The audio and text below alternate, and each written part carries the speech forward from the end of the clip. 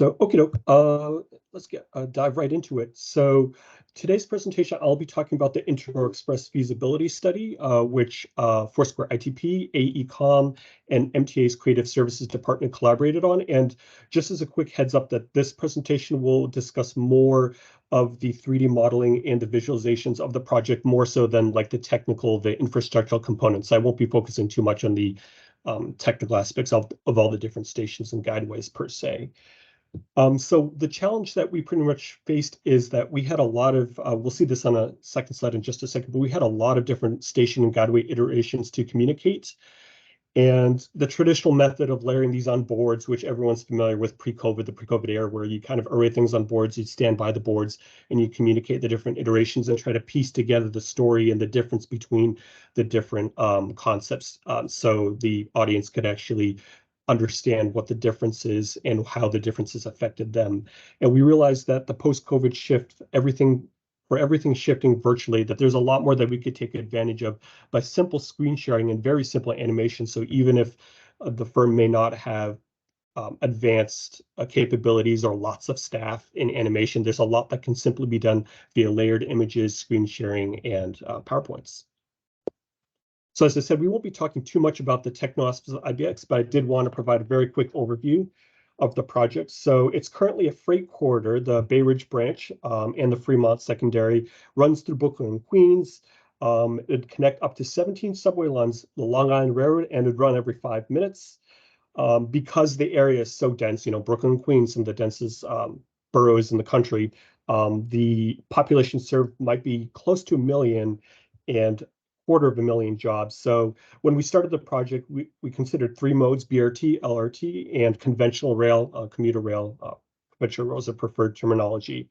And then there'd also be 3 operating conditions: below grade, at grade, and above grade. So, 3 modes considered times 3 different operating conditions is theoretically as many as 9 different sort of combinations of concepts for stations and guideways that would have to be shown. So you can imagine the complexity of showing, boards with 9 different concepts or configurations. So how could we avoid all that sort of static comparison? So as I mentioned, we started out just by creating a lot of renderings of the different stations and guideways, comparing them next to each other. And we arrayed those. It's very common, before the COVID era. And it can be difficult for the public to take a narrative away from this because the eye is constantly forced to move from one image to another image.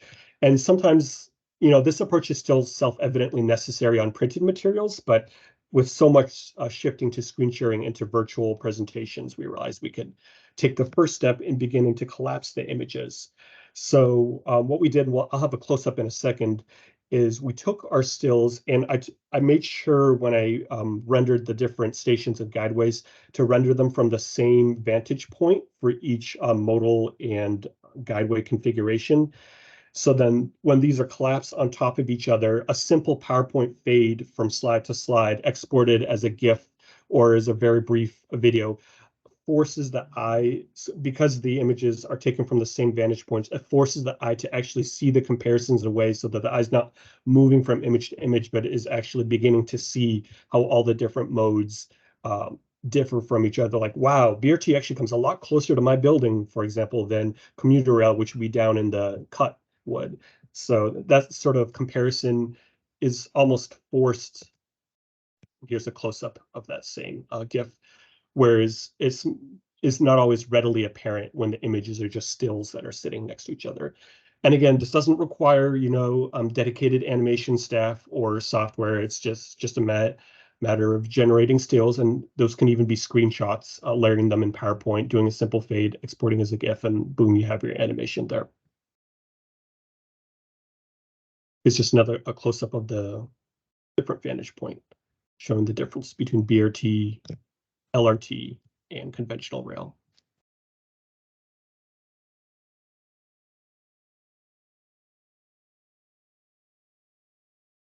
So the next step we took after this is we realized that in the past, we didn't really do a lot of model driving, even if we had access to a conference room with this, the 3D modeling software and a computer where you could actually show the model in front of different stakeholders to get their input. But Teams changes all of that. Suddenly, the person doing the 3D modeling can hop right on the call with the different stakeholders. And this example is internal stakeholders within the MTA.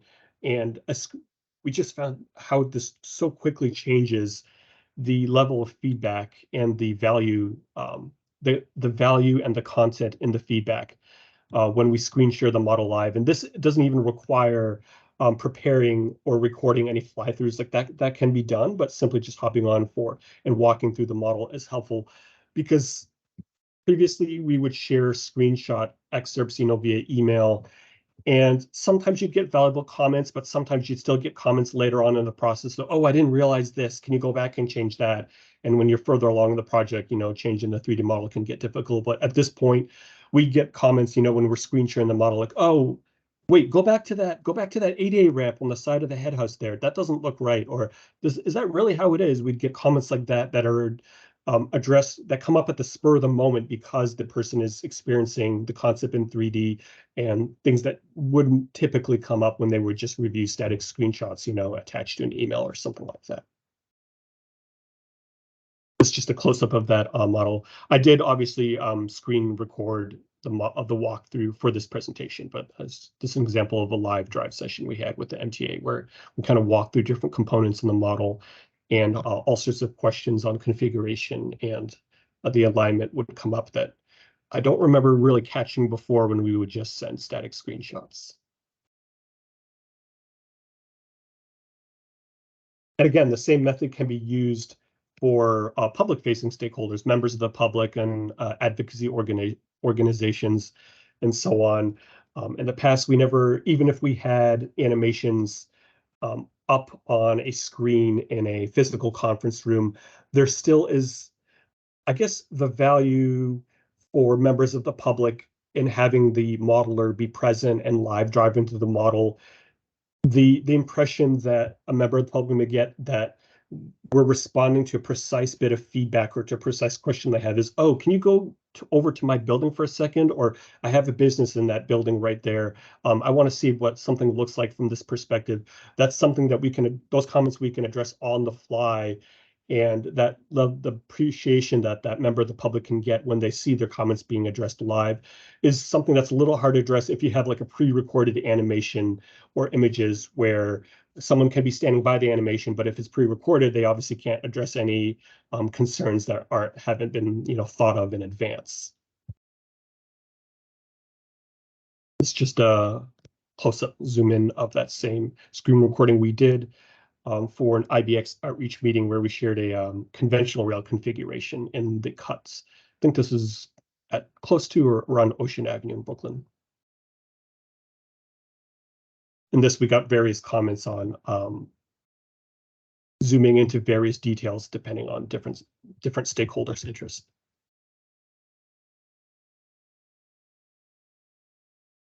I think I saw a question from Mark. Go ahead and jump in. I can continue. We're just not able to see the shared screen. There must be a problem from our end. Oh, gotcha.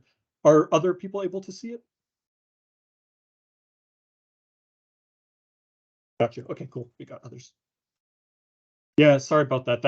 That is one of the things I wanted to address on the downside slide. We'll get to that in a bit in the presentation. Is pretty much technical issues always emerge in screen sharing. That's something, if you have a physical board or image printed on physical board, as long as it doesn't get ruined in the rain or something like that, it's definitely there. So technical issues continue to be a perennial issue with sharing animations and things virtually. Yeah, so just a recap of the benefits compared to the typical approach of sharing static materials. Lots of boards with complex arrays of images, diagrams, and plans can accomplish somewhat, but a 3D model just, there's a reason those cliches linger, like a picture is worth 1,000 words. So a model may be worth 1,000 pictures, is what I think. And you may even require less staff to stand by boards if you simply have the model creator standing by the virtual screen share to share different components compared to multiple staff standing by multiple boards.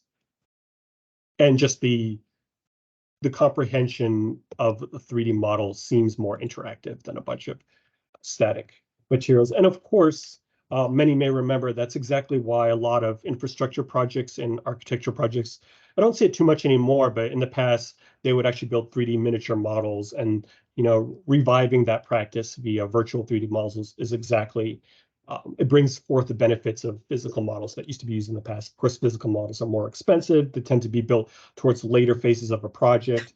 At those points, usually feedback can no longer be provided, or it can't be integrated as thoroughly as massing models that can be brought earlier into the project concept development phases. And of course, there are limitations and challenges, one of which we just experienced. If you do make use of animations, unlike live driving of a 3D model, that obviously takes time and skill. So not every company always has the staff available, or there may be limited staff, and they're always booked up with multiple projects, so they may not be able to do things unless they're very well done in advance. Whereas some careful model driving and even some simple generation of matching images and layering them in PowerPoint, it can be a very versatile workaround. If the 3D model has to be shared after the live meeting, that can still be difficult due to file size. I've actually shared 3D models via PDF. You can actually embed 3D models via PDF, and you can embed them in PowerPoints as well. The value of this really drops off once the model starts getting really complex. So, really large street scenes like this with many details and lots of streetscapes. Their file sizes are so huge that once they go into PowerPoint and PDF, the models just become so slow to move and pan around, and the file sizes become so large that it almost isn't worth it sometimes. Whereas, if you have like a single, machining component, or a single, let's say like just a single bus stop, or a single car that you have to show, that's something simple like that is much easier to embed in a PowerPoint or a PDF. And of course, it's still, because we have to serve a wide variety of demographic groups with different access to technology, it's still, I can't emphasize this enough, it's still valuable to include print outreach materials. And of course, those still rely on static imagery.